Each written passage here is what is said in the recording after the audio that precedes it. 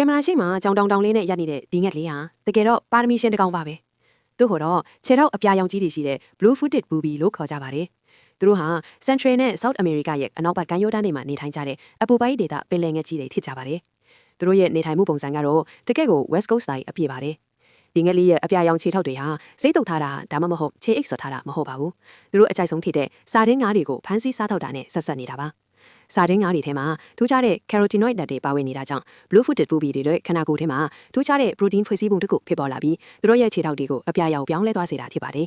ဒီ blue footed booby လေးတွေရဲ့ငေါင်းဖန်းကျွမ်းကျင်မှုကပိုကောင်းနေလေသူတို့ပိုစားရလေးဖြစ်ပြီးသူတို့ရဲ့ခြေထောက်တွေကလည်းပိုပြီးတောက်ပတဲ့အပြာရောင်ဖြစ်လာလေးပါပဲအတောက်ပဆုံးအပြာရောင်ခြေထောက်ကြီးနေရှိနေခြင်းအပြင်စမ်းချင်ဘက်လင်ကိုပိုပြီးဆွဲဆောင်နိုင်တယ်လို့အဖော်ရွေးချယ်ရမှာလေဦးစားပေးအခွင့်အရေးရရှိတတ်ကြပါတယ်ဘာပဲဖြစ်ဖြစ်ဒီလိုတောက်ပတဲ့အပြာရောင်ဟာသူတို့ရဲ့ကျန်းမာကြံ့ခိုင်မှုကိုတက်တည်ပြနေတာလေဖြစ်ပါတယ်ဒီငှက်လေးဟာအပြင်ပန်းကြည့်ရင်ကြောင်တောင်နိုင်ယုံတင်မကပဲသူတို့ရဲ့ငါးဖမ်းတဲ့နီးလိုင်းကလည်းတကယ်ကိုရဲစရာကောင်းလာပါတယ်အစာရွှာတဲ့အခါမှာ blue footed booby လေးဟာကောင်းကင်ရံမှာတောင်ပန်ဒီကိုရုပ်သိမ်းခေါင်းကိုအောက်ဆိုင်ပြီးပင်လယ်ထဲကိုတနာရီ62မိုင်နီးမှအရှိန်နဲ့ထိုးဆင်းသွားတာပါရေထဲကိုထိုးဆင်းလိုက်တဲ့အရှိန်နဲ့ဖြစ်ပေါ်လာတဲ့အတန်ကိုတုံးပြီးအနားမှာရှိတဲ့ငါးဘီကိုထုံထိုင်းသွားအောင်လုပ်လိုက်တာဖြစ်ပြီးအဲ့ဒီနောက်မှာတော့ထုံထိုင်းသွားတဲ့ငါးတွေကိုအလွယ်တကူဖမ်းယူစားတော့လိုက်တာဖြစ်ပါတယ်သူတို့ရဲ့ခေါင်းဟာလည်းမယုံနိုင်လောက်အောင်ကိုမာကြောလာပါတယ်ရေထဲမှာအေးအေးဆေးဆေးကူးခတ်နေတဲ့ငါးဒီခမများမှာတော့ကြောင်တောင်ငှက်တကောင်နဲ့ဒီလိုမျိုးရန်တိုက်မှုဖြစ်လိမ့်မယ်လို့ဘယ်တော့မှထင်မဲ့ထားမှာမဟုတ်ပါဘူး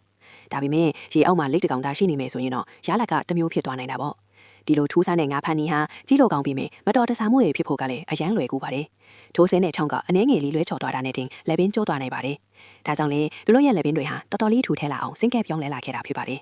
blue footed booby အများစုဟာတသက်လုံးအဖော်တူတယောက်ထဲနဲ့ပဲနေထိုင်တတ်ကြပါတယ်ဒါပေမဲ့လည်းတချို့သောငှက်တီကတော့အဖော်အများကြီးနဲ့နေတတ်ကြတာမျိုးလည်းရှိတာပေါ့